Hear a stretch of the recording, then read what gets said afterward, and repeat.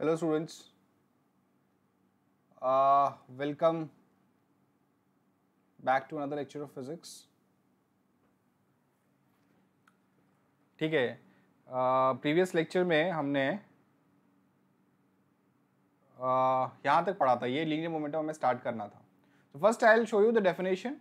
It says the instantaneous force which a body possesses due to a combined effect of mass and velocity is called as not linear velocity, linear momentum is called as linear momentum. ठीक है, इसको explain करने के लिए मैं एक छोटा सा एक्सपेरिमेंट आपको बताऊंगा. Just be with me. Let me take a screen here, my screen.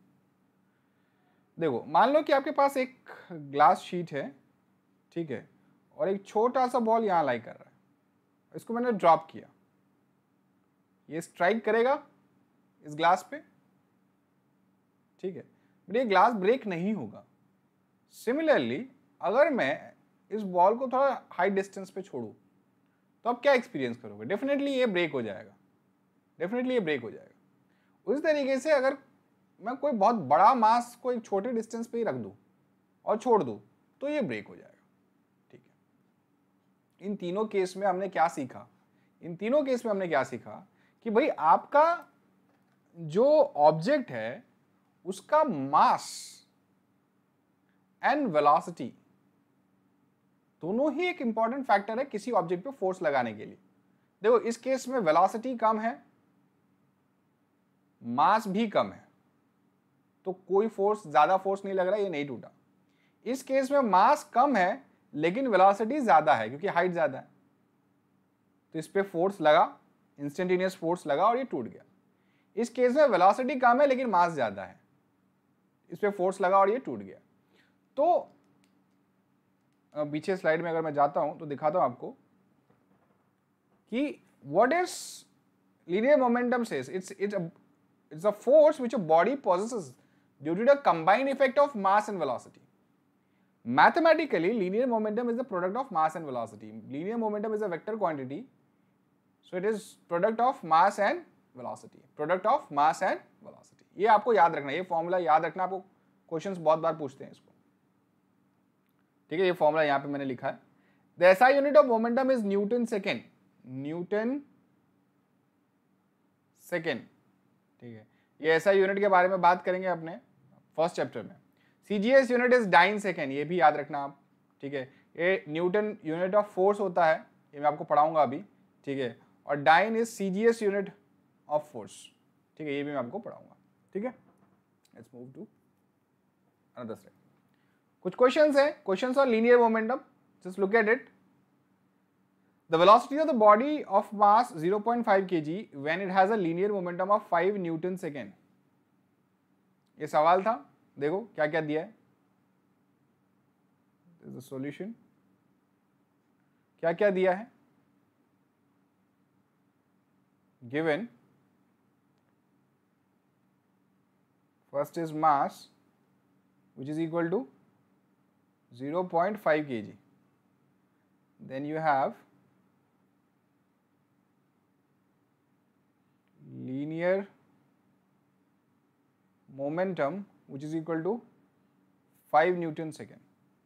ठीक है, तो आपको पता है and you need to find velocity. It's very simple question. So linear momentum is mass into velocity.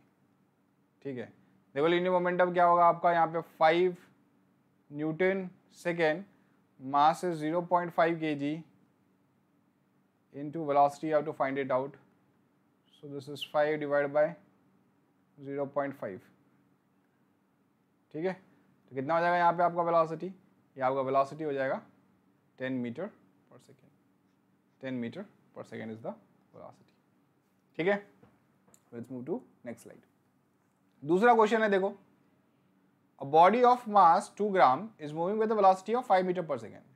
If the velocity of the body changes to 17 meter per second, calculate the change in the linear momentum. ठीक है, तो this is solution. Right. Given क्या क्या दिया है देख लो. मास दिया है which is 200 gram. I would recommend कि इसको केजी में आप कन्वर्ट कर लें, तो ये कितना होगा 0.2 kg डिवाइड बाई 1000, ठीक है 0.2 kg, राइट। और इनिशियल वेलोसिटी दिया है, देखो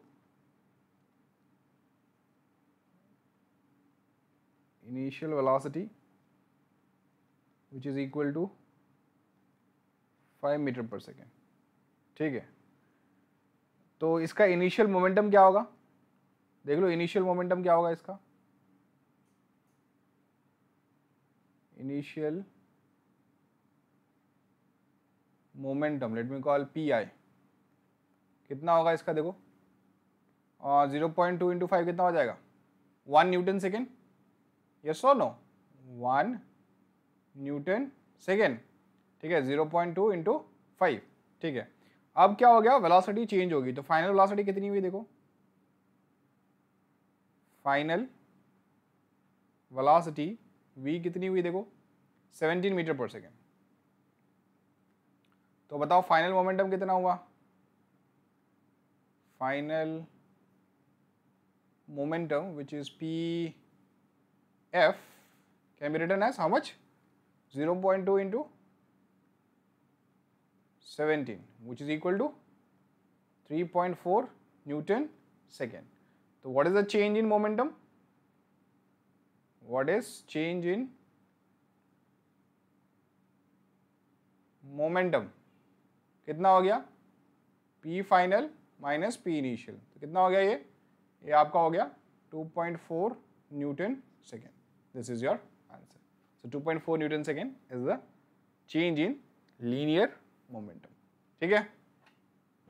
let's move to next slide. Again this is the third question. A motorcycle of mass 100 gram is running at 10 meter per second. If its engine develops an extra linear moment of 200 Newton second, calculate the new velocity of motorcycle. थोड़ा सा सोचने वाला question है, मैं recommend करूंगा कि इसको pause करके थोड़ा आप ट्राई करो, ठीक है। तो what is given, mass is given which is equal to 100 kg, ठीक है। तो इनिशियल वेलोसिटी कितनी हुई इसकी, इनिशियल वेलोसिटी जो है u that is equal to 10 metre per second. तो अब देखो इनिशियल मोमेंटम कितना होगा इसका, देखो initial momentum that would be p is equal to mass into velocity which is equal to I think 1000 Newton second. अब क्वेश्चन क्या बोल रहा है, देखो if its engine develops an extra linear momentum of 200 Newton second, तो पहले तो 1000 Newton second था ही, अब एक्स्ट्रा 2000 न्यूटन सेकेंड्स ने डेवलप किया।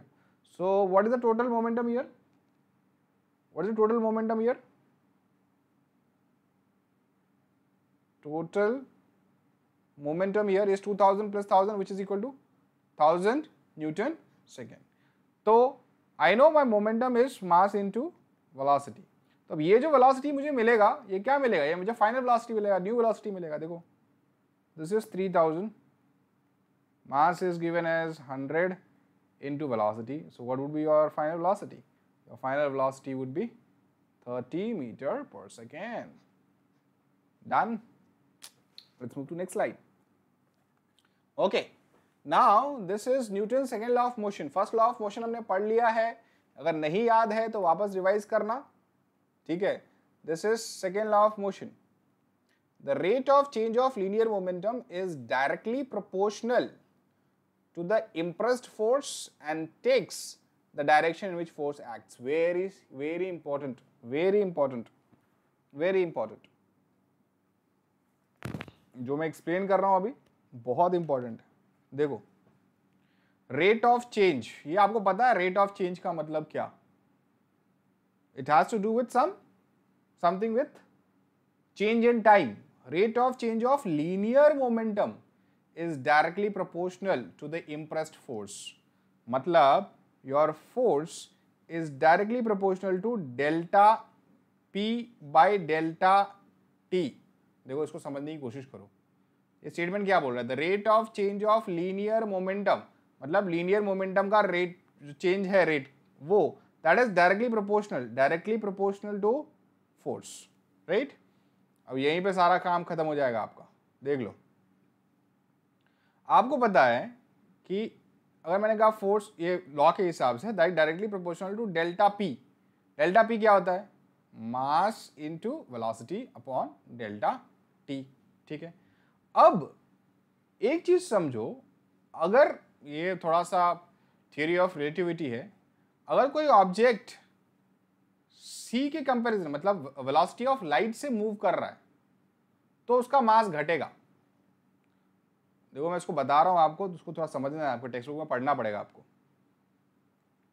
अगर कोई ऑब्जेक्ट, कोई particle, if that particle is if it's moving with the velocity of light, its mass decreases। इसका फॉर्मूला है, मैं आपको बता दूंगा बाद में, राइट?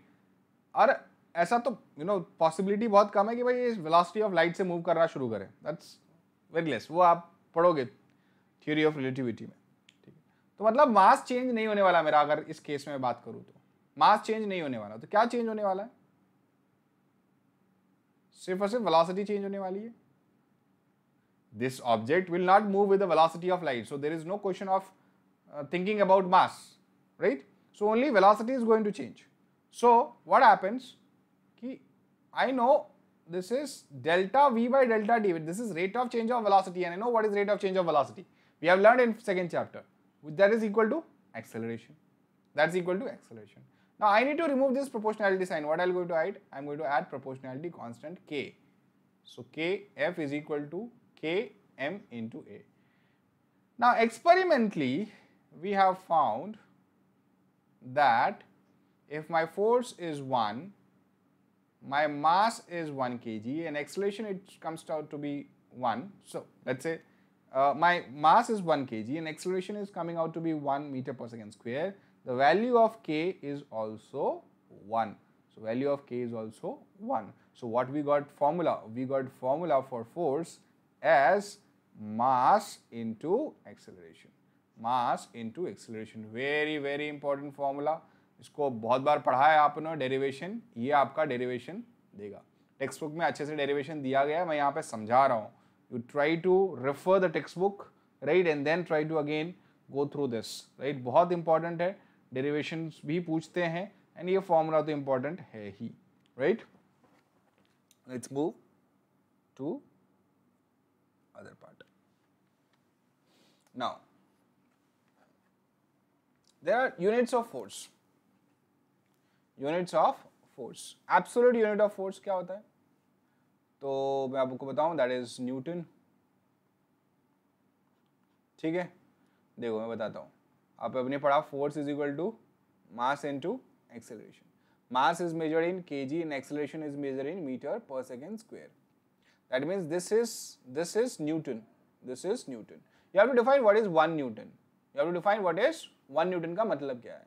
देखो 1 kg का mass, if this mass is moving with an acceleration of 1 meter per second square, तो इस mass पे जो force लगेगा वो 1 Newton का होगा। समझो क्या बताया मैंने? अगर 1 kg का mass है, अगर 1 kg का mass है और ये mass 1 meter per second square से जा रहा है, तो उस पे जो फोर्स लगेगा वो 1 न्यूटन का फोर्स लगेगा। That is as simple as that, right. दूसरा यूनिट क्या है? Gravitational unit of force. देखो एक चीज समझो, आपका वेट जो होता है ना, wait, mass into gravity, that is also a force.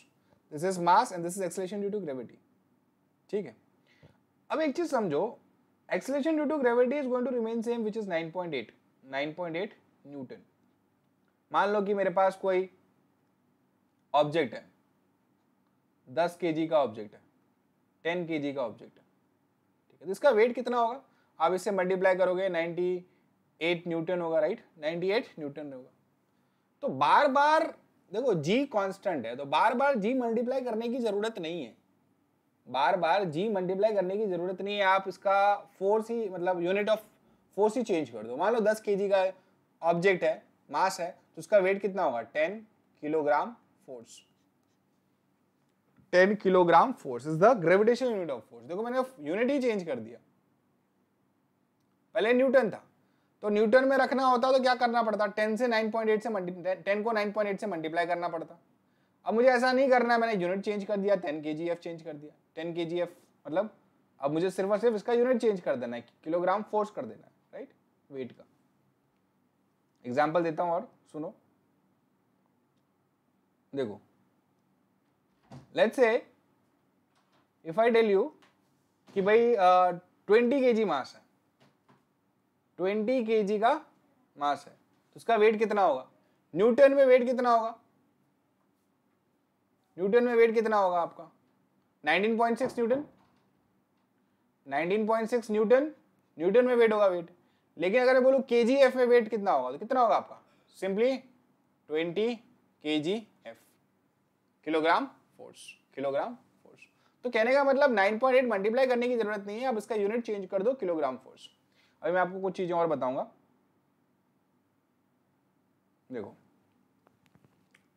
तो जैसे मैंने आपको 1 न्यूटन का यूनिट मतलब डेफिनेशन बताया था, क्या बताया था मैंने कि भाई एक ब्लॉक है 1 kg का, and if this is moving with an acceleration of 1 metre per second square, 1 metre per second square, तो इस पे जो फोर्स लगेगा वो 1 न्यूटन का लगेगा, वो 1 न्यूटन का लगेगा। उसी तरीके से 1 kgf का मतलब क्या कि भाई मान लो 1 किलोग्राम है और नीचे की तरफ मतलब उसको छोड़ दिया गया है, तो नीचे की तरफ इस पे जो फोर्स लगेगा, क्यों, देखो ये ग्राउंड है आपका,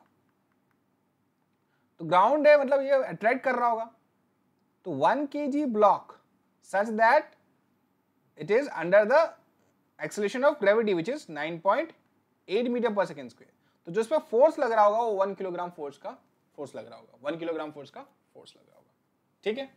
देखो these are the SI units, these are the SI units. अब मैं सीजीएस यूनिट की बात करता हूँ, सीजीएस यूनिट। देखो आपको मैंने बताया your force is equal to mass into acceleration. SI unit of mass is kg and SI unit of acceleration is metre पर सेकंड स्क्वायर, SI यूनिट। तो इसका सीजीएस यूनिट क्या होगा, ये ग्राम हो जाएगा, और एक्सेलरेशन का क्या होगा, सेंटीमीटर पर सेकंड स्क्वायर हो जाएगा। देखो सेकंड चेंज नहीं होगा, सेकेंड चेंज नहीं होगा, मैं आपको समझा रहा हूं यहां पे, समझो बहुत ध्यान से, ठीक है। मुझे एसआई यूनिट से सीजीएस यूनिट में कन्वर्ट करना है, बहुत बार क्वेश्चन पूछा जाता है, एसआई यूनिट से सीजीएस यूनिट में कन्वर्ट करना है, राइट। देखो अगर मैं कहूं कि भाई मैंने 1 न्यूटन ले लिया, तो 1 न्यूटन का मतलब क्या, 1 kg mass moving with an acceleration of 1 metre per second square, ध्यान देना। तो अब मैं kg को जो है ग्राम में कन्वर्ट कर दूं तो कितना हो जाएगा, 1000 kg हो जाएगा, 1000 ग्राम होगा सॉरी, और 1 मीटर को कन्वर्ट करो सेंटीमीटर में तो कितना हो जाएगा, 100 सेंटीमीटर हो जाएगा, राइट। तो ये कितना हो गया, देखो ये हो गया आपका 10 to the power 5 gram centimetre पर सेकेंड स्क्वायर। तो 1 न्यूटन किसके बराबर हो गया, 10 to the power 5 gram centimetre पर सेकेंड स्क्वायर। अब एक और यूनिट में अभी डिफाइन करूंगा, जैसे कि 1 न्यूटन डिफाइन किया था, वैसे ही मैं 1 डाइन डिफाइन करूंगा, 1 डाइन। देखो 1 डाइन का मतलब होता है कि 1 gram of block, 1 gram of block moves, and if it moves with an acceleration of 1 centimeter per second square, 1 gram of block, if it moves with an acceleration of 1 centimeter per second square, then the force, इस पे जो force लगेगा वो 1 dine का लगेगा। समझो जैसे 1 Newton के बारे में मैंने बताया था, उसी तरीके से 1 डाइन के बारे में बताया, ठीक है। तो 1 डाइन का मतलब क्या, 1 डाइन का मतलब क्या, 1 ग्राम सेंटीमीटर पर सेकेंड स्क्वायर। तो देखो आपका 1 न्यूटन कितने डाइन के बराबर हो गया, 1 Newton is 10 to the power 5 dine. Very important derivation है और इसको समझना भी बहुत ज्यादा इंपॉर्टेंट है। 1 Newton is equal to 10 to the power 5 dine, very very important, ठीक है। तो ये आपका एब्सोल्यूट यूनिट हो गया Newton, gravitation unit 1 kgf force, ठीक है। अब आपको इसका भी सीजीएस यूनिट पता होना चाहिए, तो मैं आपका सीजीएस यूनिट इसका भी मैं आपको बताता हूं। Late me take another slide.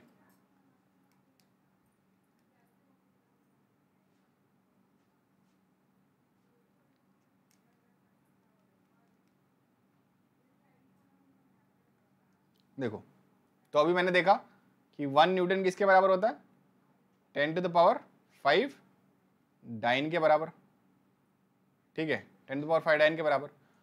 तो 1 किलोग्राम फोर्स किसके बराबर होगा, बट ऑब्वियस है 1000 ग्राम फोर्स के बराबर, 1000 ग्राम फोर्स के बराबर, ठीक है।